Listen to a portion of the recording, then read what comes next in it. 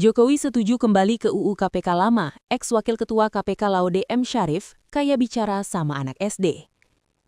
Wakil Ketua Komisi Pemberantasan Korupsi KPK periode 2015-2019, Laude M. Syarif menanggapi pernyataan mantan Presiden RI Joko Widodo mengenai kesetujuan untuk kembali ke UU KPK yang lama. Menurut Laude, dengan mengatakan setuju kembali ke UU KPK lama itu, Jokowi malah seperti berbicara dengan anak kecil, seolah-olah menganggap pihak yang dia ajak bicara tidak tahu apa-apa.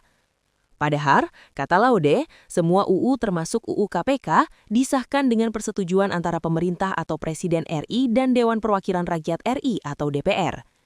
Pria yang juga dosen senior Fakultas Hukum di Universitas Hasanuddin itu pun mengaku kesal dengan pernyataan Jokowi. Pak Jokowi itu kayak bicara dengan anak SD kalau seperti itu. Jadikan semua undang-undang itu baru bisa jadi kalau disetujui dua pihak, kata Laude dalam program Satu Meja The Forum yang diunggah di kanal YouTube Kompas TV Rabu 18 Februari 2026.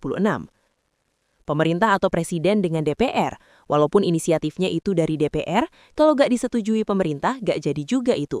Sebaliknya, kalau pemerintah mengusulkan satu rancangan undang-undang, kalau DPR gak setuju, gak jadi juga itu. Jadi kalau ngomong seperti itu, sangat menjengkelkan itu sebenarnya.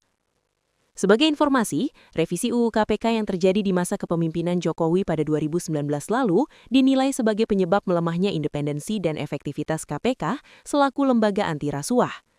Pada 2023 lalu, Transparency International Indonesia (TII) menilai revisi UU KPK mengakibatkan KPK kehilangan derajat tinggi atas independensi dengan menempatkan KPK dalam rumpun kekuasaan eksekutif, sebagaimana dikutip dari laman tii.or.id. Penempatan KPK dalam rumpun kekuasaan eksekutif diikuti oleh berbagai pengaturan yang akhirnya menundukkan KPK dalam pengaruh kekuasaan lain, khususnya pemerintah. Gak berguna.